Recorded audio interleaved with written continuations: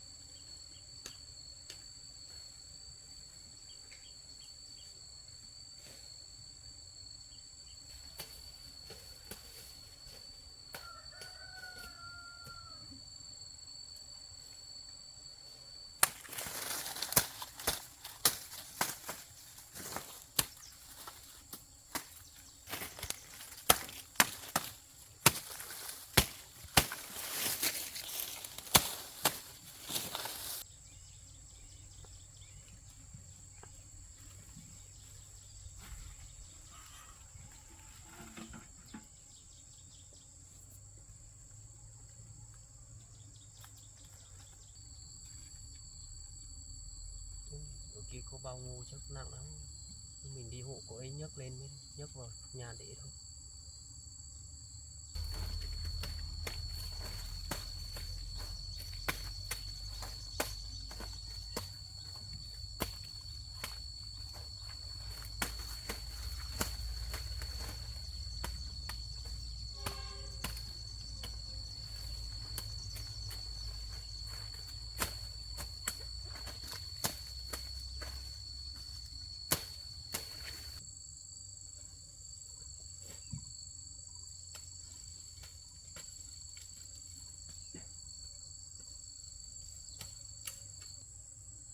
Cô ấy chặt xong chắc mình cũng phải về rồi, không thì cô ấy thấy mất.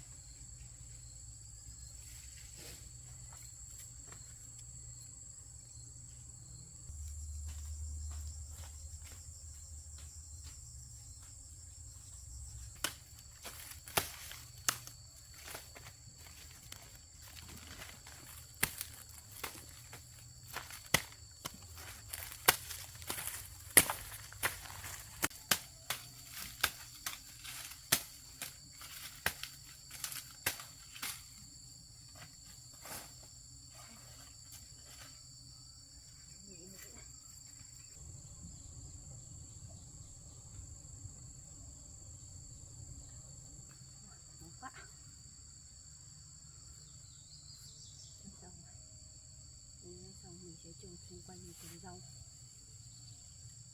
Khi nào mình sẽ đi mua lưới rồi mình quay cho nó hết vào. Nó quá còn tốt bụng. Và mình thế này bằng phẳng để mình trồng rau các thứ. Cái thứ này to quá. Cho nên là nếu mà có lợn thì nuôi thì chắc.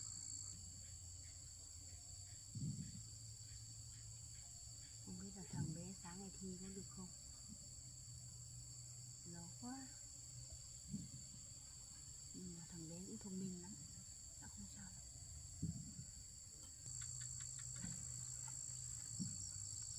Lợn.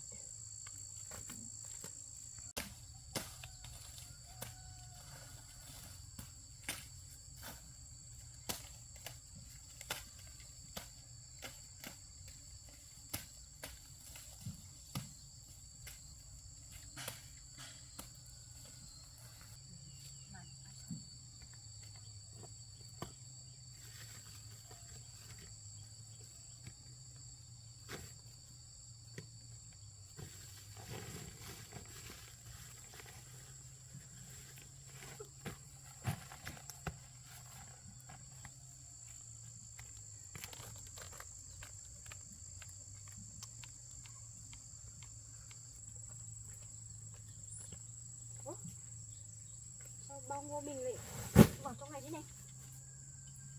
Không, ở bên kia này mà.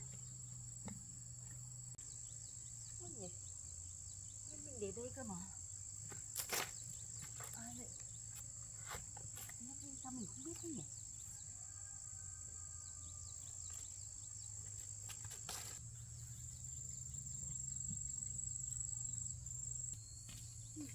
Sao vậy? Cho mình thế này. Này, sao ai lại lấy đồ về cho mình tiếp rồi?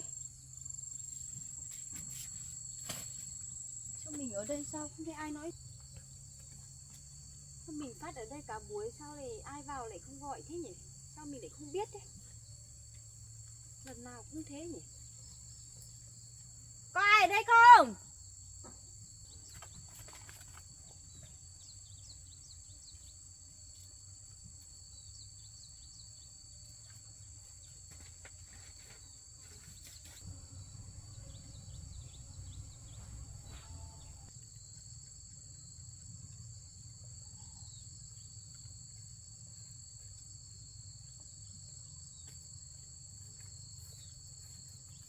Lần nào về cũng không thấy người thế nhỉ?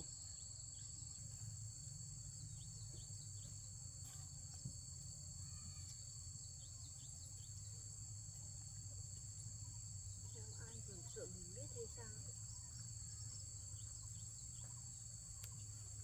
Nhưng mà ai được nhỉ?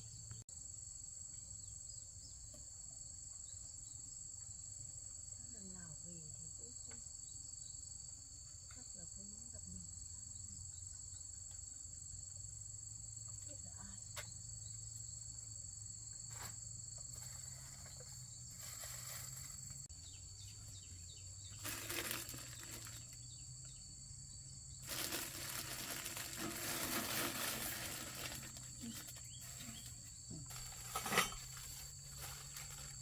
Cái này còn hai cái gối nữa.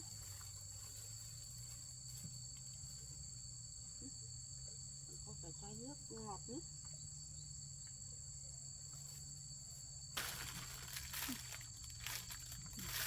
Con dao bén.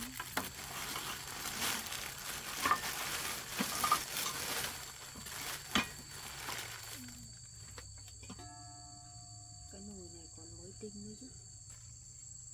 Cái nồi này còn mới nữa chứ. Chắc mình không dùng.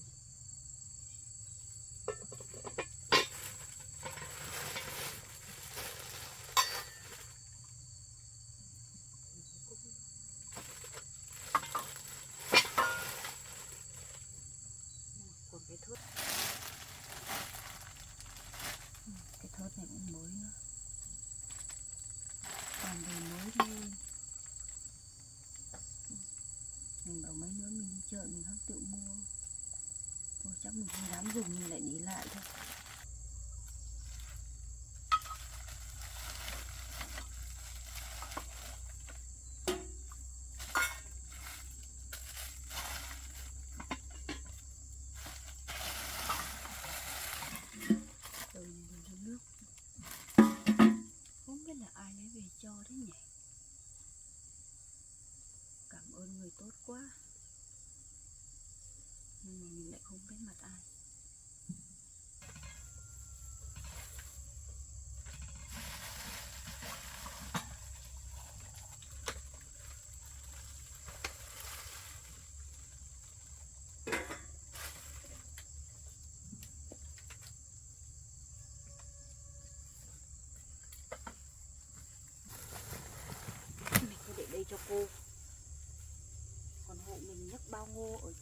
cái vào đấy chứ.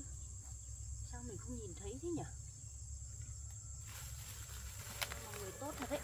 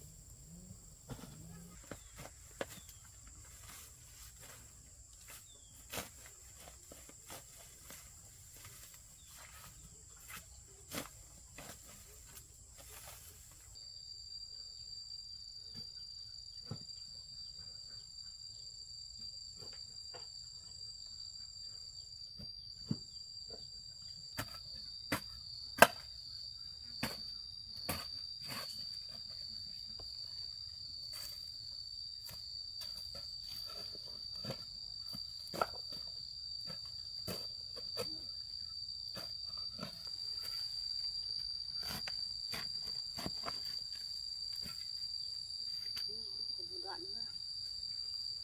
Để gây thuốc sâu thì lại nước không ra được.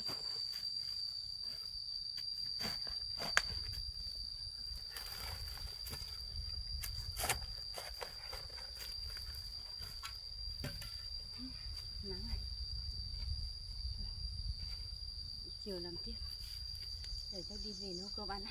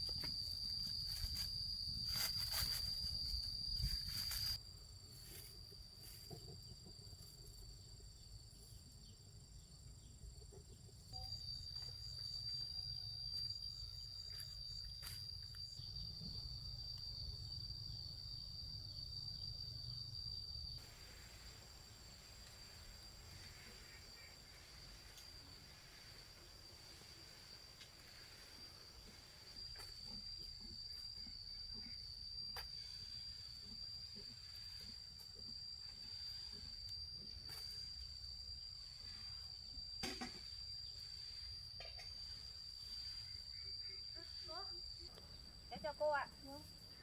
Cháu nấu cơm à? Vâng, cháu đang nấu cơm ạ. Cô vào nhà đi. Nắng quá đâu.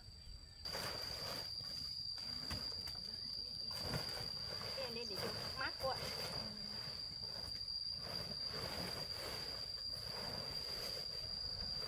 Nóng nhỉ? Vâng. Ở đây giờ này là hơi nóng. Cô ơi, cô ở nhà lên hay là cô đi đâu về đấy? Cô ở nhà lên mà. Thôi sáng nay cháu không thấy cô lên, thế là cháu thu mua cho cô được 2 nửa bao này. Thế cô cảm ơn cháu nhá.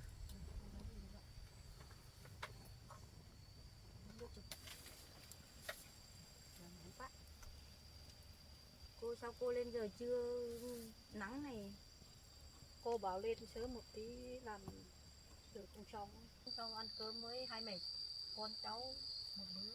Đứa bé đi đâu rồi? Vâng. À, đứa bé đi học rồi cô ạ. Đi học rồi. Vâng. Hôm qua cháu đưa đi học rồi. Sáng nay cháu đưa cháu bé đi học rồi cô ạ. Vâng. Thì cháu bé hôm nay với ngày mai đi. Cô lấy một ít thức ăn tí hai cô cháu mình ăn cơm. Cô còn mang lên làm gì? Thì cháu thức ăn cho cháu làm cơm. Đi học cô mang lên nhiều thế. Hôm nọ cô mang lên vẫn còn cô ạ. Lấy Mua một ít bát đũa làm gì cô? bát cho cháu còn Bát phải mua của cháu cũng có rồi cô ạ. Cô lấy về cho cháu nhiều quá. thức ăn.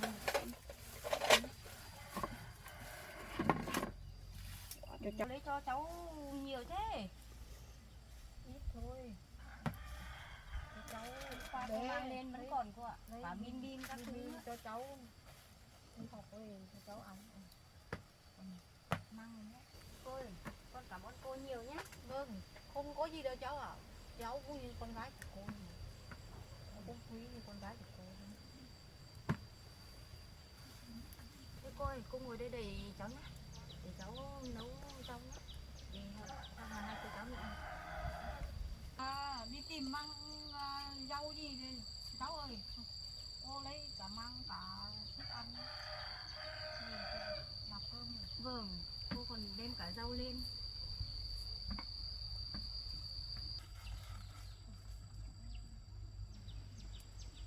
Cô ơi, thế trưa nay chú có ăn cơm ở nhà không?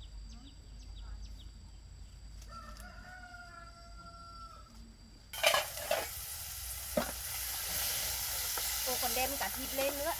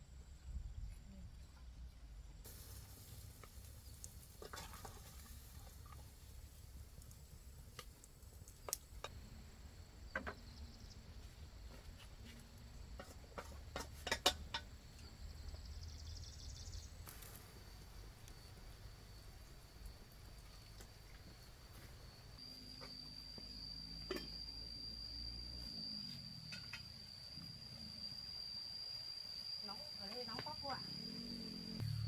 Ở đây nắng thế này nóng quá nhà cháu nhỉ. Vâng, ở đây cái bạt thấp nữa nên là cái bạt nóng lắm cô ạ. Cháu bảo hôm nào cháu đi xin cô một ít cây ở bên kia về cháu dựng ở bên này một cái to hơn đấy. Được mà. Cháu có đi chặt. Vâng. Cô ơi, cháu bảo định dựng ở bên này có được không cô? Được, cái này dùng mà. Cái này dùng hơn.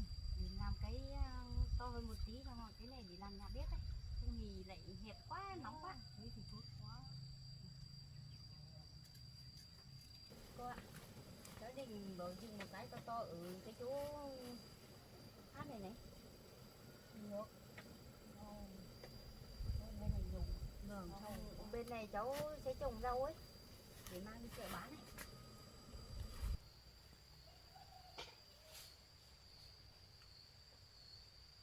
Cô ơi, nhà cô nuôi được nhiều vịt không?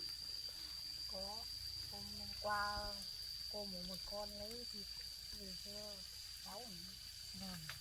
Cô còn mang cả thịt lợn với thịt vịt lên nữa. Cháu cảm ơn cô nhiều nhé. Có cái gì cô cũng mang lên cho cháu với hai mẹ con cháu ăn. Có gì để cháu.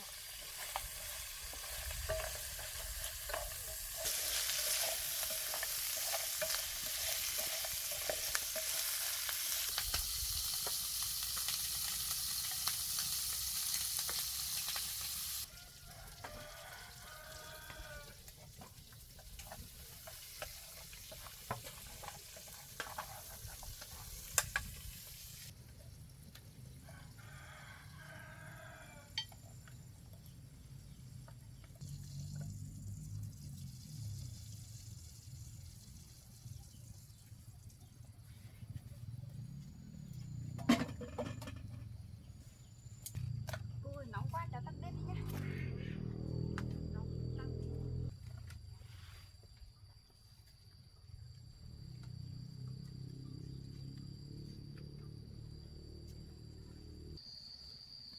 Cô ơi, cô ngồi đi. Để cháu xới cơm. Vất vả cháu quá nhỉ. Không sao đâu cô ạ.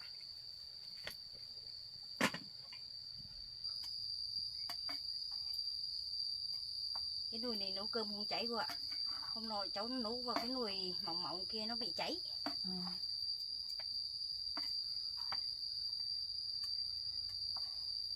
Cháu phụ nấu nhiều nhiều một tí xong rồi tối nay cho ăn cho đỡ phải nấu nữa. May các cô còn về hộ cháu ăn.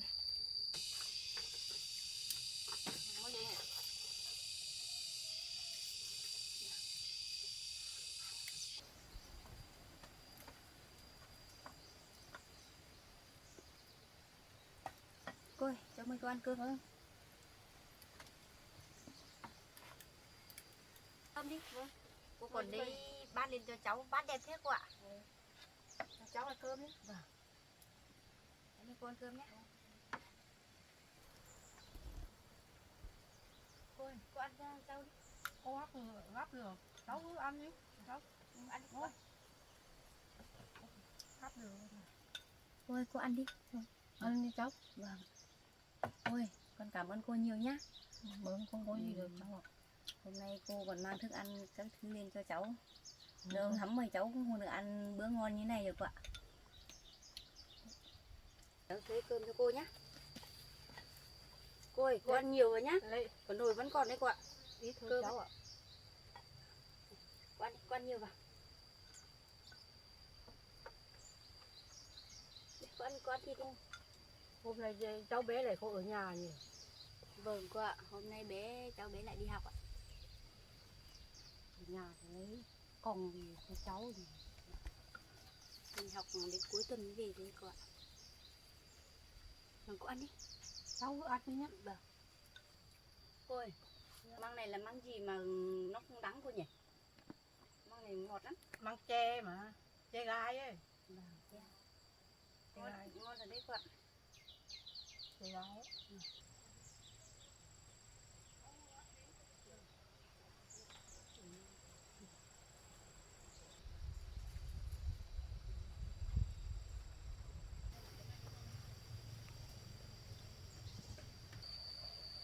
Cơm cho cháu nhé.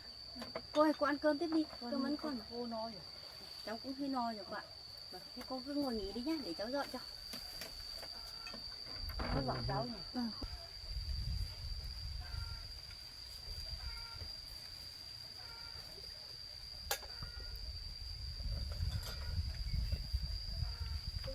Cháu dẫn cho cô uống nhé. Cô không đi cô. Cảm ơn cháu nhé. Uống nước cháu ạ. Vâng, cô uống.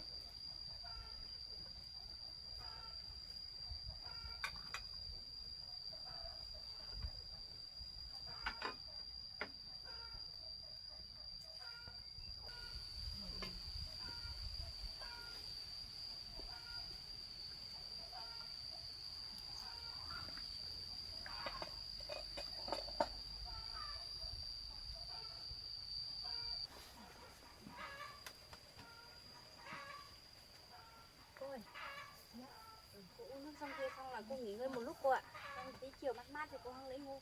Không giờ nắng quá. Để cháu lấy chăn xuống, chân cô xuống.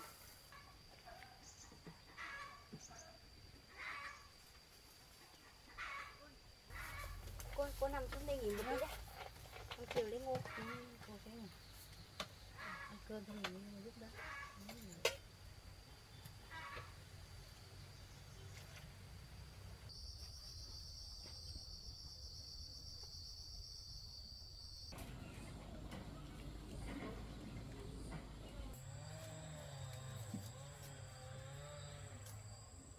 Có khi để ăn xong nó đi. Cô ăn dưa đi. Ăn cứ cháu cứ ăn đi. Cô ăn đi. Cô lúc nay cô chưa có ngủ được không? Ở đây nóng quá. Ngủ một tí. Ở đây nóng thì cô không ngủ được. Cô ăn đi. Thôi cô ăn rồi, cũng no rồi. Cháu ăn. Anh không ăn được. Đưa nhà cô chồng hả cô? Vâng. Đây đây, cô đi lấy ngủ nữa.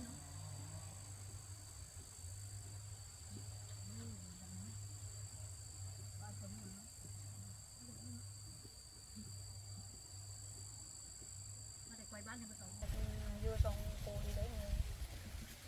Cháu cháu chưa hộ cô lấy cháu xong đi. Cháu cứ làm gì làm. Cháu cũng làm. Cô ăn dưa tiếp đi cô. Cô đi lấy thì không tí thì chiều thì không kịp xe. Ở nhà dưới cũng họ cũng lấy. Cô tiền lấy đi luôn. Thế thì cô cháu hộ cô lấy để cháu xong đi, không tí nữa sợ xe về không kịp. Nhà dưới này cũng lấy hả cô? Đấy, nhà đấy cũng lấy mà. Thế là với nhà cô lấy về một chuyến nhỉ? Vâng.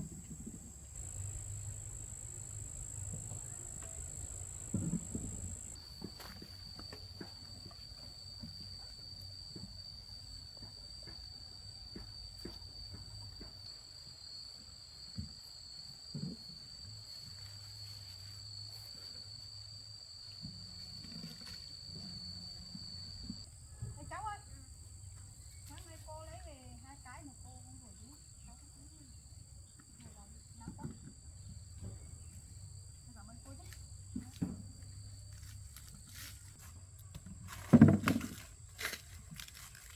Lấy một lúc nữa là xong rồi cô nhỉ. Xong rồi.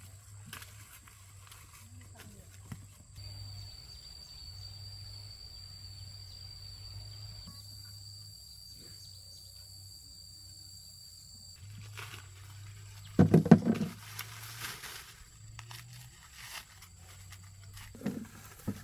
Cái đoạn này bắp to lắm cô ơi.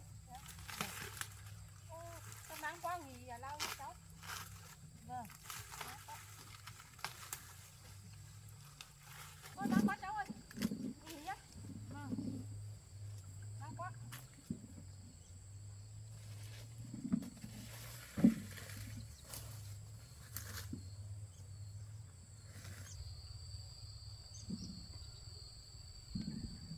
Ôi, vào trong nhà ngồi đi. Ngồi ở đây cho nó mát đây. Ngồi đây cô. Cho mát. Đây. Ngồi đây thôi. Ngồi đây để cho nó mát.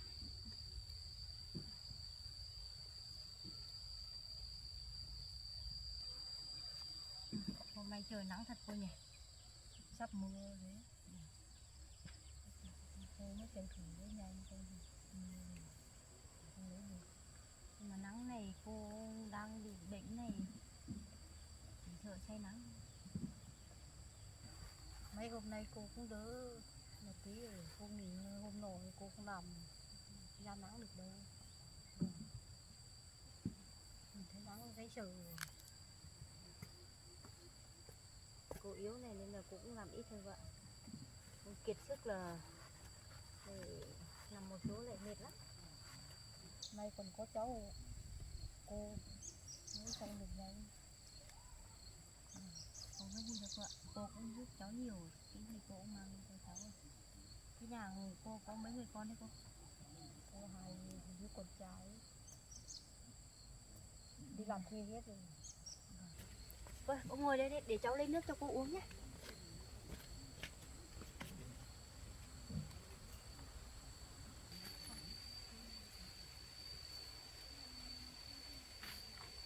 Cô đi lấy kia.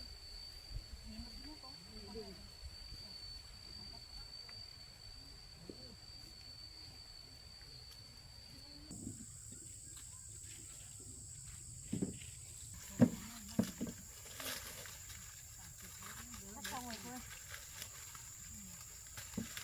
Cái này nó bị chắc bị đổ gió đổ ấy. Cô ơi, thế là những cái cây quế thế này cũng của nhà cô hết à? Vâng. Từ bờ rào đi thì nhà bác kia thôi, từ đây về đến đây thì nhà kia mà.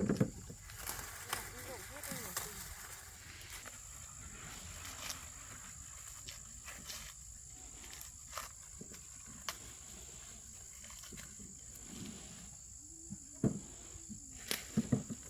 Xong rồi cháu ạ. Vâng, xong rồi. Năm nay cô mới lên làm thôi mà. Mỗi năm cô cũng cho họ làm. Thế hả cô? Thế mọi năm cô toàn cho họ làm thôi? Hết rồi.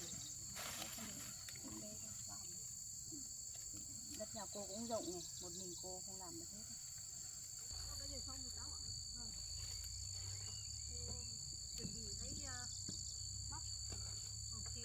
Bắp thì về đấy.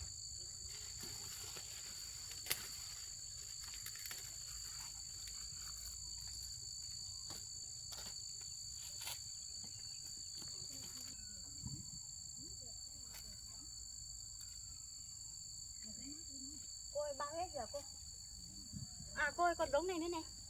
Cô đống này kể vì cháu gà cháu vịt mai kia cháu mua được.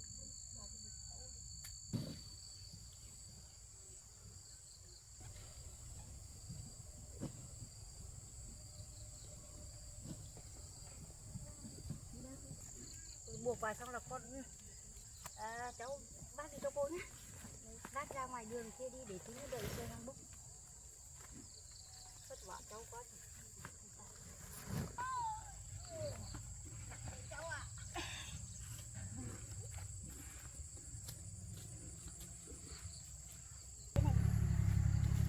Ô, xe về rồi cô ạ. Mình cũng vừa lấy xong cô nhỉ? May quá nhỉ. May thật đấy.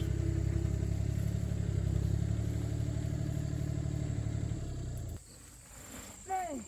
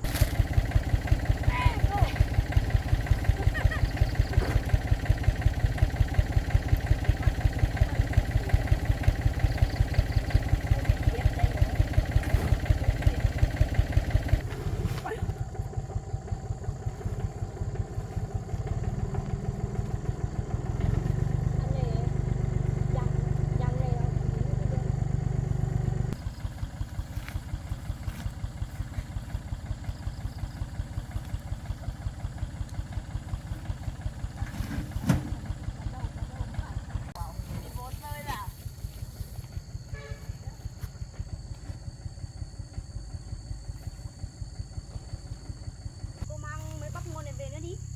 Cô để đây cho cháu để cho gà nhá. Rồi, Cô để cô cho cháu. lấy đi. Cháu cảm ơn cô nhé.